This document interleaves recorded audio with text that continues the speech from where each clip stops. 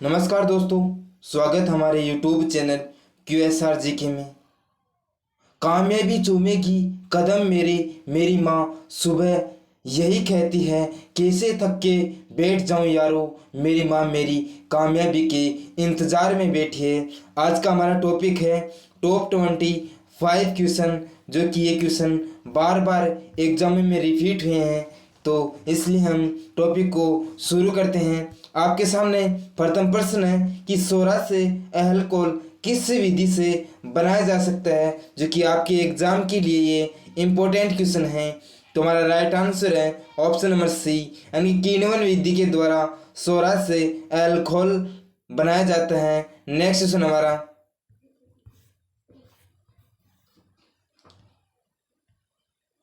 Baking soda का रासायनिक सूत्र क्या है? तो हमारा राइट आंसर है ऑप्शन नंबर बी, यानी कि सोडियम बाइकार्बोनेट, जिसका सूत्र होता है NaHCO3, यानी कि सोडियम बाइकार्बोनेट। यदि हम सोडियम कार्बोनेट की बात करते हैं तो इसे हम वाशिंग सोडा कहते हैं, जिसका रासायनिक सूत्र होता है Na2CO3 10H2O, जिसे हम धवन सोडा भी कहते हैं। सोडियम नाइट्रेट, जिसका सूत्र होता है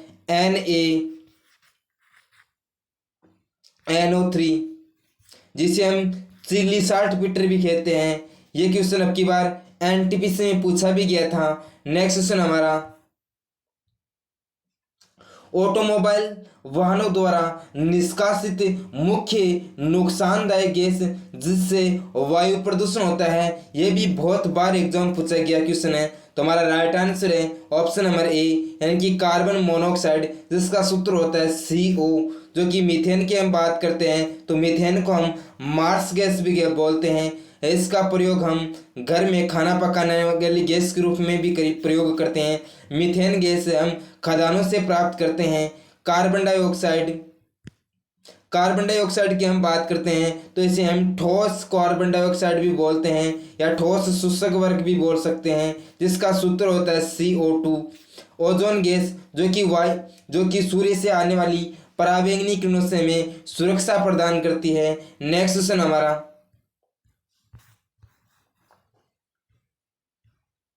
मेलाथियान है, ये भी आपके एग्जाम की दृष्टि से इंपॉर्टेंट क्वेश्चन है। तो हमारा राइट आंसर है ऑप्शन नंबर सी, यानी कि कीटनाशी मेलाथियन एक कीटनाशी है। नेक्स्ट क्वेश्चन हमारा,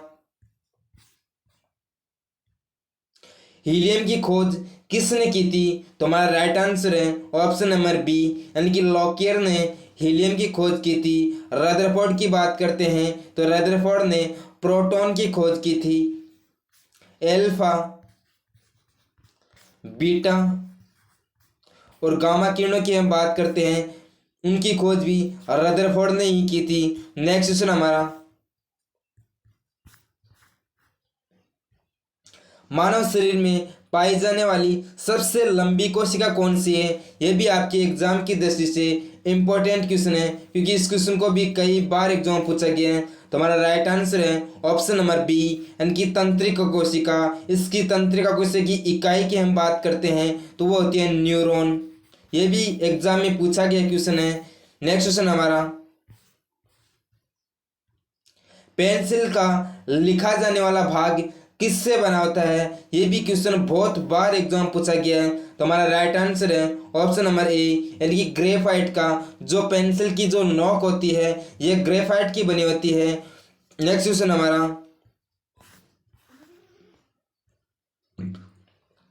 क्वार्क्स के कण समझे जाते हैं जो उत्पन्न होते हैं। तो हमारा राइट आंसर है ऑप्शन नंबर डी, यानी कि प्रोटॉन के। क्वार्क्स कण प्रोटॉन के समझे जाते हैं जो प्रोटॉन से उत्पन्न होते हैं। बहुत ही अच्छा क्वेश्चन आपकी एग्जाम की दृष्टि से। नेक्स्ट क्वेश्चन हमारा, फलों को कृत्रिम रूप से पकाने के लिए किस रासायनिक का मुख्य गुण होता है? ये क्वेश्चन भी बहुत बार एग्जाम पूछा गया है। 2018 में ये रेलवे ग्रुप डी में पूछा गया था, और अब की बार एनटीपीसी 2021 में भी ये क्वेश्चन पूछा गया था। तो हमारा राइट आंसर है ऑप्शन नंबर सी, यानी कि एथिलीन। नेक्स्ट क्वेश्चन हमारा, आलू में झुलसा रोग का कारक क्या है? तो हमारा राइट आंसर है ऑप्शन नंबर डी, यानी कवक। यानी कि रोगों से संबंधित आपको अलग अलग टॉपिक मिल जाएगी, यानी कि कवक जनित रोग अलग, प्रोटोजोआ जनित रोग अलग, विषाणु जनित रोग अलग, फूफन जनित रोग अलग और वायरस जनित रोग अलग। इनके आपको अलग अलग टॉपिक मिले जाएंगे। आप हमारी प्लेलिस्ट को चेक कर सकते हैं। नेक्स्ट क्वेश्चन हमारा, फसलों का कौन सा क्रम प्रोटीन की बढ़ती मात्रा के अनुरूप है? ये क्वेश्चन भी बहुत बार एग्जाम पूछा गया है। तो हमारा राइट आंसर है ऑप्शन नंबर सी, यानी चने में प्रोटीन होता है, उससे ज़्यादा मटर में पाया जाता है, उससे भी ज़्यादा की हम बात करते हैं तो मूंगफली में होता है, और मूंगफली की हम इससे भी ज़्यादा है ये सोयाबीन में होता है। ये सोयाबीन वाला क्वेश्चन बहुत बार एग्जाम पूछा गया है। नेक्स्ट क्वेश्चन हमारा, हाइड्रस किस वर्ग का प्राणी है? आपको जो प्राणी वर्ग जिस वर्ग के अंतर्गत आते हैं इसका भी आपको एक अलग टॉपिक मिल जाएगा जो कि 3-4 मिनट का होगा। जो हमारा राइट आंसर है ऑप्शन नंबर सी, यानी कि फाइलम सिलेंटेरेटा, ये इस वर्ग का होता है हाइड्रस। नेक्स्ट क्वेश्चन हमारा, बायोगैस किस क्रिया के द्वारा उत्पन्न होता है? तो हमारा राइट आंसर है ऑप्शन नंबर डी, यानी कि किण्वन की क्रिया से बायोगैस उत्पन्न होती है। यह भी हमारा यानी कि बहुत बार एग्जाम में क्वेश्चन पूछा गया है, इसलिए आपकी एग्जाम की दृष्टि से बात करते हैं तो यह इंपॉर्टेंट हो जाता है क्वेश्चन। नेक्स्ट क्वेश्चन हमारा, ओलेरी कल्चर के तहत किसका अध्ययन किया जाता है? ये जो अध्ययन वाला टॉपिक है ये आपको ट्रिक्स के माध्यम से बताया जाएगा जो कि एक शानदार ट्रिक होगी। तो हमारा राइट आंसर है ऑप्शन नंबर ए, यानी कि साग सब्जियों का जो अध्ययन है ये ओलेरी कल्चर कहलाता है। नेक्स्ट क्वेश्चन हमारा, टाइप मेंटल में किसका विघटन होता है?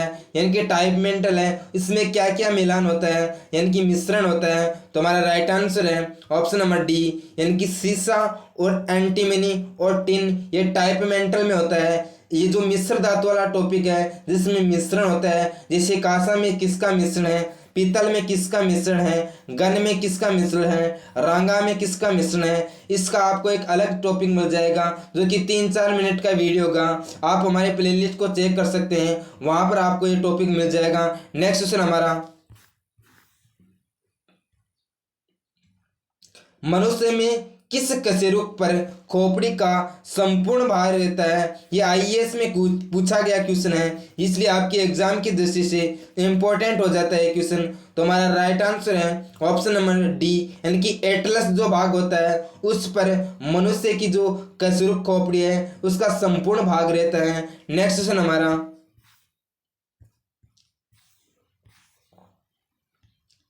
लार का टाइलन किस माध्यम में सक्रियत होता है? तो हमारा राइट आंसर है ऑप्शन नंबर डी, यानी कि जो लार का टाइलन है ये हल्का अम्लीय में सक्रियत होता है। नेक्स्ट क्वेश्चन हमारा,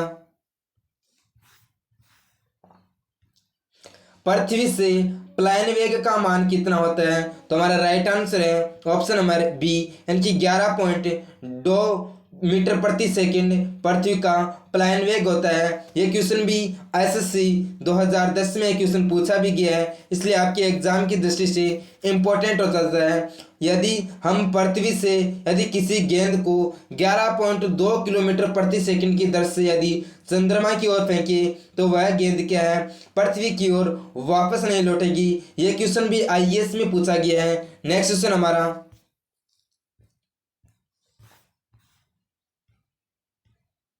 बिना मिट्टी के पौधे को पोषक तत्वों से युक्त घोल में उगाने की क्रिया कहलाती है। ये क्वेश्चन भी बहुत बार एग्जाम पूछा गया है। तो हमारा राइट आंसर है ऑप्शन नंबर बी, यानी कि हाइड्रोपोनिक्स। नेक्स्ट क्वेश्चन हमारा,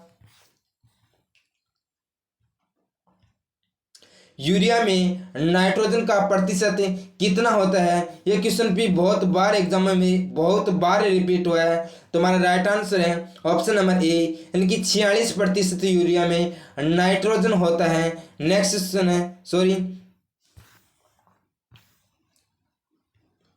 एलिसा नामक परीक्षण किस रोग के निदान के लिए किया जाता है? तो हमारा राइट आंसर है ऑप्शन नंबर ए, यानी कि एड्स के निदान के लिए एलिसा नामक जो परीक्षण किया जाता है। क्योंकि यहाँ पर एलिसा में ए आ रहा है, यहाँ पर एड्स में भी ए आ रहा है, तो आपको रटने की इसे ज़रूरत नहीं है। जो रोगों के निदान के लिए जो परीक्षण किए जाते हैं, इसका आपको एक अलग टॉपिक मिल जाएगा और उस टॉपिक को आप प्लेलिस्ट में चेक कर सकते हैं, वहाँ से उस इनकी टॉपिक को आप देख सकते हैं। यदि दोस्तों वीडियो अच्छा लगे तो लाइक ज़रूर करना। इक में रोड रोट नामक बीमारी का कारण क्या होता है? तो हमारा राइट आंसर है ऑप्शन नंबर बी, यानी कि फंजाई, जो कि इक में रेड रोट नामक बीमारी का कारण होता है। ये क्वेश्चन भी बहुत बार एग्जाम पूछा गया है। नेक्स्ट क्वेश्चन हमारा, लाल रक्त कणिकाओं का जीवन काल कितना होता है? ये क्वेश्चन तो बहुत बार एग्जाम में रिपीट हुआ है। तो हमारा राइट आंसर है ऑप्शन नंबर सी, यानी कि 90 से 120 दिन लाल रक्त कणिकाओं का निर्माण होता है। मानव शरीर में लाल रक्त है, ये हीमोग्लोबिन के कारण होता है। हीमोग्लोबिन, यदि हम बात करते हैं लाल रक्त कणिकाओं को हम अन्य नाम से जाने जाते हैं, जिसे हम कहते हैं इरिथ्रोसाइट।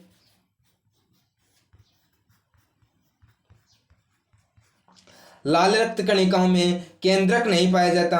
ये बहुत बार क्वेश्चन पूछा गया है कि केंद्रक रहित कणिकाएं हैं, तो ये लाल रक्त कणिकाएं होती हैं। यदि हम बात करते हैं ऑप्शन नंबर ए की, यानी कि 10 से 20 दिन, जो कि जीवन काल होता है WBC का, जिसे हम ल्यूकोसाइट कहते हैं। लाल रक्त कणिकाओं की हम बात करते हैं तो इसका जो उत्पादन होता है, यानी कि ये उत्पन्न होती है, ये अस्थि मज्जा से होती है। इसमें केंद्रक पाया जाता है। नेक्स्ट क्वेश्चन हमारा,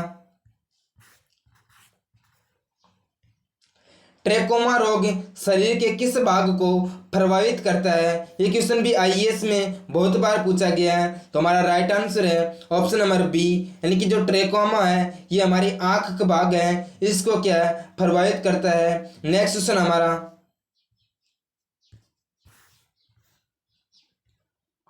निम्नलिखित में से कौन सा विटामिन जल में घुलनशील है? तो हमारा राइट आंसर है ऑप्शन नंबर बी, यानी कि विटामिन बी और विटामिन सी, जो कि जल में घुलनशील है। यदि हम वसा में घुलनशील विटामिन की बात करते हैं तो वे होते हैं vitamin A, vitamin D, vitamin E और विटामिन के, जो कि वसा में घुलनशील विटामिन है। इस विटामिन वाला जो टॉपिक है आपको पूरे पर्सन एक अलग टॉपिक माध्यम से मिल जाएंगे, जो कि हमारी प्लेलिस्ट में आपको ये टॉपिक मिल जाएगा, वहाँ से आप चेक करके इस टॉपिक को देख सकते हैं। यदि दोस्तों वीडियो अच्छा लगे तो लाइक ज़रूर करना और अपने दोस्तों में शेयर करना और चैनल को सब्सक्राइब ज़रूर करना। जय हिंद दोस्तों।